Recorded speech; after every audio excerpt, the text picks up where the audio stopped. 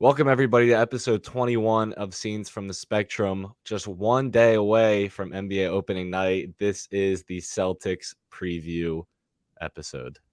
Here's Ilyasova. Here's McConnell. Can he get it off? Yeah! And the Sixers win it! 7 seconds to play. Iverson against Gill. The crowd on its feet. Allen for the win! Yes!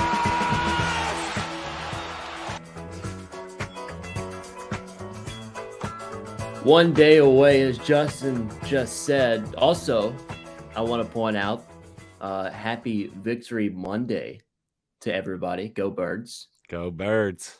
Huge win last night. Beautiful. A little scary there in the third quarter, but yeah. We're all good, man. Never a doubt we pulled it out. 6-0. How about them Phillies? Yeah, beating your Braves, Graham. How about that? It was a good series. Let's see. Phillies are World Series champs. I'm calling it. Let's go. Let's go see Phils. Yeah. How we doing today? Yeah, I'm good. I just finished up some classes. I've got so much work that I'm not going to do, and that's always the attitude. I'm excited because opening day, just basketball in general, not just the Sixers, but I get to watch basketball just a little over 24 until hours June. Away. Every day, basically until June. And that's my favorite time of the year. And then the Sixers are going to disappoint me, and I'm ready for it for another year. Let's do it. We got some headlines, believe it or not, as we do every show. So I'm going to ask Tony to politely hit that music because look, bro, I'm excited. You're excited. You're listening. You're probably excited too.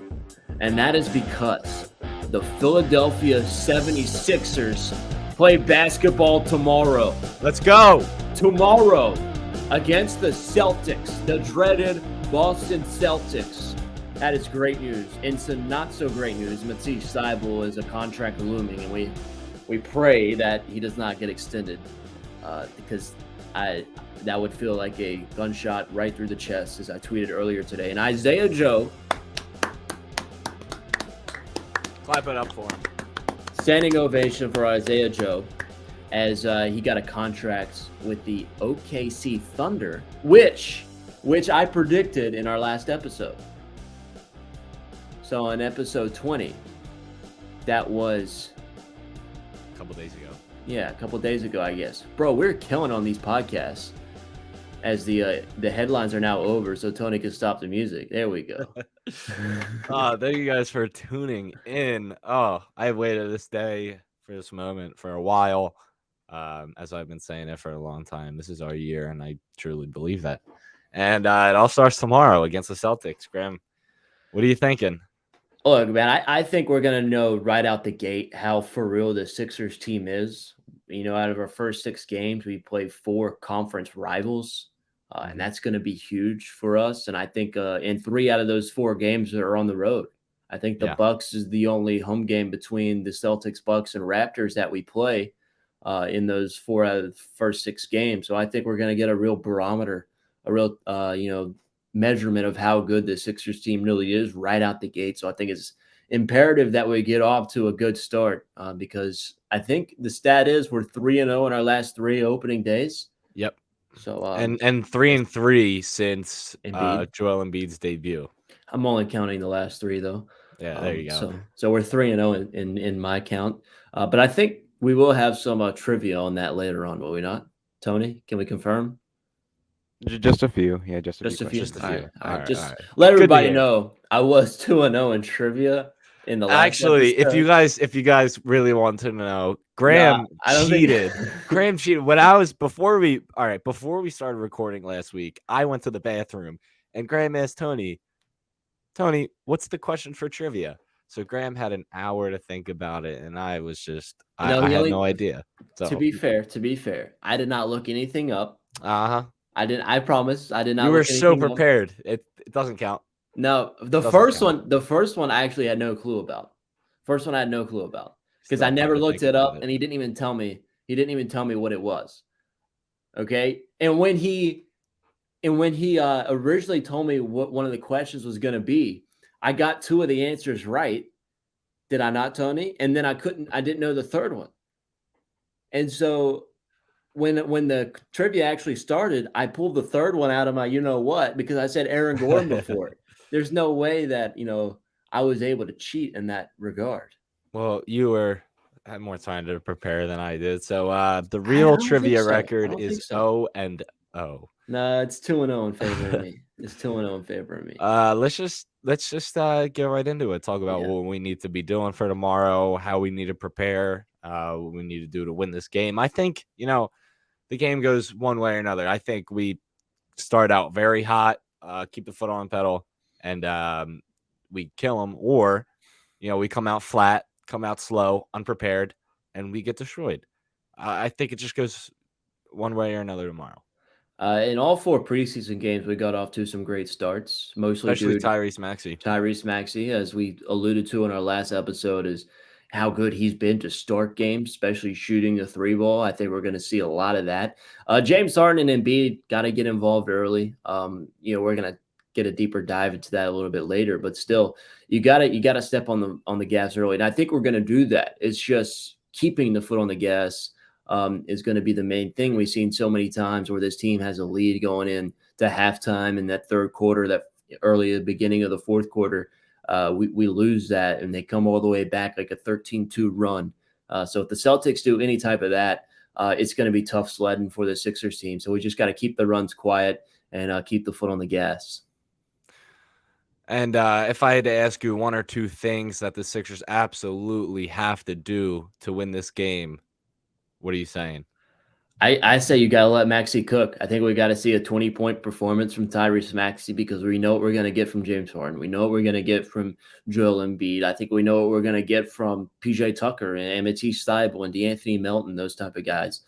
So I think that Tyrese Maxey is more or less a wild card in the fact that he's played so well in the preseason. His efficiency is off the charts, and he's improved so much from this time last year, beginning of the season last year to now. So I think that with him having a full offseason, with Harden, with his backcourt mate, I think we see Maxey cook a little bit. He is the starting point guard after all.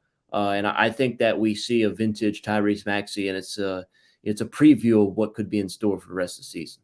Absolutely. I believe we need to feed him early, get him going, especially when he's in with that bench unit, gives him a little confidence to run the score up and help that Embiid-less rotation on the court. So I believe we need to do that. We also need to get the Embiid and Harden pick and rolls going. I believe that they are unstoppable, whether Embiid fades out to the 3-point line or rolls down into the post. I just think it's unstoppable. Yeah, and a big thing for Tyrese Maxey being able to knock down open threes is that when he's on the court with Harden and Harden would feed Embiid to the post, somebody's going to have to double team Joel Embiid because he's going to win a one-on-one battle with whoever the Celtics put out there because they don't have Rob Williams. And I think that, when that double comes, they're going to have to pick of a guard between, do they want the guy guarding James Harden to double or the guy guarding Tyrese Maxey to double? It's going to be a tough decision. So the open threes that we get off of Joel pass is going to be crucial. And I think if Joel Embiid has 4 or 5 assists in this game, we win by 15 points because I think that'll be the telltale stat of the game. If when Joel Embiid gets flushed out of the post and has to make a pass, the open guy, whether it be Melton, Niang, Maxey, Harden, or even Matisse Thybulle in a corner, it's not likely he'll make it. But again, we need somebody to knock those down. I think that's going to be a huge factor in the game. Yeah, especially with hitting open shots. I mean, I believe there's one guy who has an underrated kind of boost to this team, and that's Tobias Harris. Yep. If Tobias is hitting his open shots, his entry passes are on point, then this team is unstoppable. He's that last piece that you need to keep this offense going, and especially defensively, this whole team needs to step it up. Last year, I wasn't really proud of our defense, and the Sixers players really made an exclamation point on the kind of defense they're going to play this year. They want to be the best defensive team in the league this year, and I believe they can do that. It's just all about up in the head. Yeah. So hopefully we can get there. Yeah, and I think that being a top 10 defensive team in this season is a must. If you look at championship teams across, the NBA, and even this goes into other sports, being a top 10 defensive team in the league is something that is, it goes hand in hand with being a championship team. So I think that the Sixers have, something to prove defensively from last season. Joel Embiid knows that, when he wants to be, he can be the best defender in the NBA. And I think we're going to see that want a little more now that he doesn't have to score 35 points a game to win. Now that we have more offensive weapons. And I think PJ Tucker is going to be a huge catalyst for that defense. He's a great defender. He can play the five and defend the five at times. And DeAnthony Melton is a great defensive rebounder for a guard. So I think those are two things that, we didn't have on the defensive side. It was rebounding or guarding and collapsing too early. And we allowed, sharpshooters to just kill us. So I think that that's two big things for the Sixers. And they're really, really going to have to put an importance on defense this season. Yeah, and I do expect some big things to come out from DeAnthony Melton, especially defensively, but offensively, he just needs to hit his open shots. That's really all we need for him to do. I know he's going to get his defensively, but offensively, you got to knock down your open jumpers, and that kind of goes for everybody. Knock down your shots. Shoot at least 40-something% from three, and I think we win this game. Yeah, I think that this will end up being a Sixers win just because of the injury to Rob Williams and the fact that Joel Embiid is his counterpart on the center position. And another thing that we're underrating is the fact that how well that James Harden and Tyrese Maxey can be as a slasher and how that'll collapse the defense, especially if Joel Embiid was not on the court. That's basically going to be our MO is, slash the paint and look for the open shot second. And that's where I think you're going to see the George Niang and the DeAnthony Melton and the PJ Tucker threes from the corner of the wing. When those defenses collapse, they're going to have to gravitate towards the ball that goes to the center, which will be from Tyrese Maxey or James Harden, who both have had great vision. So those are the shots we're going to have to make. If we start missing open threes, it's going to be a long night because I think we're going to get a lot of those. And we have to knock those down by 38%, 40%. We win this game. That's the biggest thing. But PJ Tucker knocking down his shots. I think what you said his line was 5.5. Yep. I think he could go over that. I think you get about 9, 3 threes from old PJ. That would be something to see. Always love to see PJ knocking his open shots down, especially from the corner. But I think, in years past, we've complained about one thing, and that's the bench. Yeah. The bench's production, they're just how they play on the court, and no energy from them. And I don't think that's an excuse this year. I think Daryl Morey has built a very good bench with some energy, some dogs, always a guy that is ready to give you buckets coming off the bench, play defense. And I'm really excited for this bench and what they can contribute without Embiid on the court and even James Harden. Yeah, that's the biggest thing for me is the question mark of the bench. And I think you got to have either one of Harden, Maxey, or Embiid on the court at the same time, or you have to have one of them on the court at all times. I think if we have a lineup that does not include Harden, Maxey, or Embiid, it won't be a success. And that's one of the biggest things. I love to see, Montrezl Harrell, if we get into a chippiness game, I like to see him take over because Absolutely. the Celtics and Sixers do have history for sure. Yeah. And they're going to bring their own with some of their guys they have, especially Marcus Smart. So I think it's going to be a very physical game. Sixers just have to play basketball. If the Sixers play their brand of basketball, they're just a better team than the Celtics are right now. And I know the Celtics are coming off a finals run, but when you add pieces that are PJ Tucker, DeAnthony Melton, and those guys like that. And I even expect Tobias Harris to struggle in this game. Anything that Tobias Harris does that is good offensively is just icing on the cake because when he finds a new role, he tends to struggle. And this will be the third year now where he's going to have a brand new role in an offense. And I think that that's not good for Tobias Harris. But even with his struggles, I feel like that's something we could overcome. Yeah, and especially last year, you saw with Tobias, it took him a while to really get going. And by the end of the season, he was fantastic, especially in the playoffs. So getting him going, especially early in the season, is so important to this team, especially with him being your fourth option. But this team has such great potential, and I think we need to make a statement on game 1, and that comes just be ready, bring the effort, bring the energy, score, play defense, and I think if we win this game, then there's a lot to come in the future. Yeah, I think so for sure. That this game, and then you turn around and you play the Spurs and the Bucks at home. It's going to be a nice stretch of 3 games, like you said. We got to get some guys involved early, and we'll talk about the keys for the game for the Celtics in just a second. But Tyrese Maxey needs to play at an all-star level, and I think he's capable of that. And we're going to have bad shooting performances from Maxey this season, no doubt about it. There's going to be more often. We've seen it already. Yeah, it's going to happen more often than we'd like because it's just the growing pain of having a rising star. But the highs of Tyrese Maxey need to be ridden throughout the season. Absolutely. And I think that James Harden understands that, and he'll have a feel for the game of when Tyrese is hot to let him cook. And that's where James Harden, the veteran presence of him, steps in to that backcourt. And then, like we said, the best backcourt in the NBA. Yeah. All right, Graham, give me your keys to this game to get a win. Yeah, I got 3 of them. I already alluded to all of them pretty much. But let Maxey cook. If he's hot, give him the ball. Until he gives you a reason not to give him the ball, give him the ball. Because they really won't have an answer for James Harden, Embiid, and Maxey. If they put too much emphasis on James Harden and Embiid's going to cook, Tyrese Maxey's going to cook. If they put all their game plan on someone like Embiid and Harden, trying to take away the pick and roll, I think Maxey's going to be the guy to win the game. And I think that's what we're going to see. I think we got to let Maxey cook. If he's hot, got to give him the ball. We got to play him, 35 minutes if needed, if he's scoring. I mean, you got to give him minutes. Don't worry about giving the young guy too many minutes in a crucial game.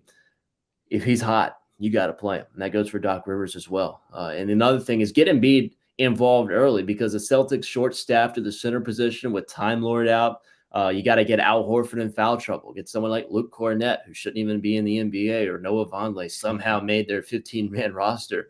Let's let Embiid cook and get Al Horford, get Grant Williams, those guys that'll be guarding the post in foul trouble because we know what Embiid can do, and one of his best attributes is drawing the foul. And I want to see that put to display real early in that game. And another thing, looking at the Celtics side, is we got to keep Derek White quiet. I think he had an 82% true shooting percentage in the preseason. That's ridiculous. We've seen guys, you always got to go back to the Hawk series of Lou Williams cooking us, right? And Derek White has shades of that where he could just explode as, fourth on the pecking order of scoring for that team. And I think that you just got to keep him quiet because if he has 20, it's going to be very, very hard to win this game when Jason Tatum and Jaylen Brown are on the other side, along with Malcolm Brogdon as well, who seems to be healthy enough to play in that game. So Derek White has to be kept quiet. And I think you got to put, someone like D'Anthony Melton in that starting 5. If he is, beginning to cook us a little bit, we got to put Melton or somebody like Thibault on Derek White and maybe have Tobias sit or Maxey, if he's cold, have him have less minutes. We have to do our best, because we know Tatum's going to be Tatum. We know Jaylen Brown's going to be Jaylen Brown. We cannot let Derek White to be somebody he's not. Yeah, absolutely. And I think the Sixers have a history of letting role players absolutely destroy them. And Derek White can be that guy. So hopefully we slow him down. But my keys to the game after reading Graham's is one of the biggest problems we had last year was defensive rebounding. And I think that's a problem we've had for a few years. It's hard to watch just the lackadaisical effort on the defensive end when I'm trying to get rebounds. But this year, we need to lock in, work hard for the rebounds. And watching in the preseason, I saw a lot of effort from Joel Embiid getting those rebounds, and especially from the other guys, especially PJ Tucker on the offensive end. He got like 3 offensive rebounds in 1 possession, and I think that was the second preseason game or something like that. But yeah, and my next one is keep the foot on the gas. That's all we need to do. If we're hot and scoring, got to keep it that way. Leave the guys in. We have a tendency to take the foot off the gas and kind of let the team come back and slowly come back and make it a game and potentially win it. So we got to keep it like that. And my last one is slow the Jays down. Jason Tatum and Jaylen Brown. They're obviously Jason Tatum's going to get his, Jaylen Brown's going to get his, but do your best to just slow them down and make it harder for them and make them, try and trust their other players to take over the game instead of them. Yeah, that's a big thing. We can't let a 45-point game from Jason Tatum, start off this season because as we learned last week, we've given up some 35-plus point games to some guys that aren't really that good of scores. So I think that's definitely a key. But again, I think that if the Sixers can play their ball, it's gonna be a win. No matter what the Celtics do, if the Sixers play at their best, I feel like they're the best team in the NBA, or they're up there with the best teams. Top 3 for sure. So that's one of the biggest things for me is that if the Sixers play Sixer basketball, it's going to be a very successful season, and it's going to start in night number 1. Graham, give me a score prediction for tomorrow's game. I like a little, high scoring game for the most part, and then it kind of dies off at the end where the defenses start to lock in. I'm liking Sixers 118 to 109. That's my prediction. I think you get like a 20-point lead, and then it kind of dies down. But the Celtics get some garbage time. They maybe win the fourth quarter by like 7 points or something, just something like that. I actually had an opposite kind of prediction. I think it's going to be more of a defensive battle throughout the whole game. I have the Sixers 102 to 94. Wow, it's a low scoring game. It is. Yeah, mine would be different if Rob Williams was playing because that would change the entire offense. But I think that Sixers, if they play like I think they will, they can start flirting with 120. Yeah. So, is it time for some trivia? I think Tony. I'm ready if you guys are. That time. Do you want to talk about Isaiah Joe and Matisse Thybulle first, or let's just say it. I think we just give a clap to Isaiah Joe. Yeah. He's gonna get his on the Oklahoma City Thunder, and Matisse Thybulle. I tweeted this out earlier. If we give him an extension, I feel like it's gonna be a bad one. Overpay, and that's just the last thing this team needs right now is an overpay to a role player. And Tony, we have confirmed that there has not been a Woj or Shams bomb about Thybulle yet, correct? Thankfully, there has not been, no. All right, let's go. All right. Let's get the trivia going. All right. Hello, YouTube. Back again. 2 questions again. Obviously, sticking to the theme of opening night. Obviously, new acquisition, James Harden. He's playing his first opener in Philly. Over the last 6 years, he's had an array of opening nights, some good, some bad. Would you like to guess his stat line in terms of points, rebounds, assists? Some of it's kind of what you'd expect. Over the last what? Over the last 6 years. So for James Harden. For James Harden. And we have to guess the entire stat line, points, rebounds, and assists? We can go points, then rebounds, and assists, or you can do it all if you want. Let's just do points first, and then rebounds. Biscuits. That's fine. Biscuits. Okay. 26 points. No. I'm going to go 28.5. No. I rounded it to whole numbers. You don't have to do halves or anything. I'm going to go ahead. I'm going to say 8 assists. No. Both of you know. I'm going to go 6 assists. 6 years. 6 years. So not 6 assists. / Rocket days. How close are we? You guys are very close on the first right. 2. I'm not going to lie. On the first 2. All right. So I'm going to go 9 assists. No. 10 assists. No. Oh my gosh. All right. 7. It is 7. 7 assists. So that is one for Justin. I don't know how you guys haven't got the points yet. I'm gonna go. The points are gonna be easiest. 30 points. 30 points. No. I'm gonna go 31. No. It lower actually. But no. 25. No. I think you already guessed. No, you guys guessed 26. 27. It's 27. So Justin has both of them so All far. right, so Justin just won. Justin won this one. All right. Rebounds. Rebounds. No. It- I flipped rebounds and assists. My bad. Hold on. Oh. So it was 7 rebounds. Oh wait. Hold on. Yes, it's 7 rebounds. 7 rebounds. Okay, so assists is 9. No, assists is higher. 11. He's had some insane. He's had some like 17. 12 assists. No, I'm gonna go 14. no, lower. 15 assists over the last 6 years? Or you 13. Said I said lower. I said lower. 13. Okay, lower. Okay. It's 13. Yeah. It's 13? 27, I 13, take it all. and I take 7. it all. All right, let's get the next question going. Wait, the points was 27? 27, 13, and 7. 27, 13, and 7. That's impressive. That is impressive. He's had some 48 and 14 games, 34-17. So he has had some stinkers. I'm not gonna lie. He had against the Lakers a couple of years ago. How many assists did he have? Do you know that? Against the Lakers, 2016, that was 34 and 17.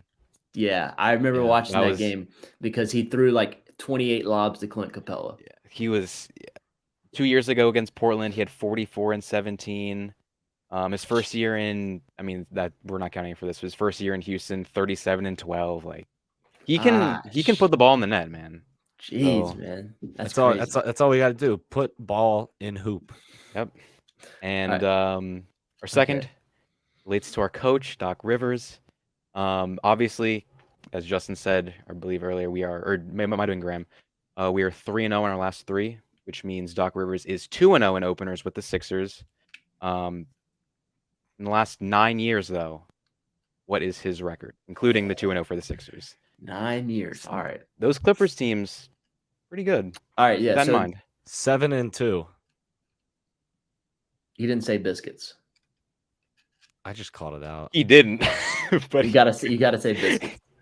Was I right? How'd you 7-2? How'd you get 7-2? You didn't say biscuits. Biscuits. Uh, 7-2. I was. That's not how that works. I was right. He is. All right, so we're 2-2. 5. Yes, 5-2 with the Clippers. I'm 2-0 right now. You were like It's you were 2-2. 2-0. Yeah, It's Yeah, 2 and I'm 2. 2 and. I it's told you 2 last and week 2. doesn't count. It does. I'm definitely counting counts. last week. It was Yeah. definitely 2 and 2. Yeah. 2 and All right, in my You swept book, the it's floor 2-0. with them. Yeah. Yeah, I don't care. Graham don't know ball like that. Now the James Harden was crazy. Like you're throwing out rocket stats at me. That's insane. Hey, I mean, it's not like he's PJ Tucker. If I was throwing out PJ Tucker rockets, I would have no idea. What Yeah. I literally have no idea. I would have no clue. All right, yeah. Okay, I'll take. Is that it? That's coming all back. I I'm had. coming back That's next all I week had. though. Better than ever next week. I'll I'm actually gonna hopefully be study. more I'm actually prepared. gonna study everything about Sixers history, and I'm gonna win every single trivia. No, you're not. Is that all we got for today? I think that's all we it. got. All right. Thank you guys for watching episode 21 of Scenes from the Spectrum, the Celtics Preview edition. Make sure to follow our socials at SFTS Podcast, and it has an underscore in the Instagram. Also, our TikTok's not on the overlay, but we do have a TikTok at SFTS Podcast. You'll find short clips from our episodes there. Thank you guys for watching this far. It's a short, little episode. Get you ready for game night. All right. Thank you guys for watching. Have a good one. Go Birds.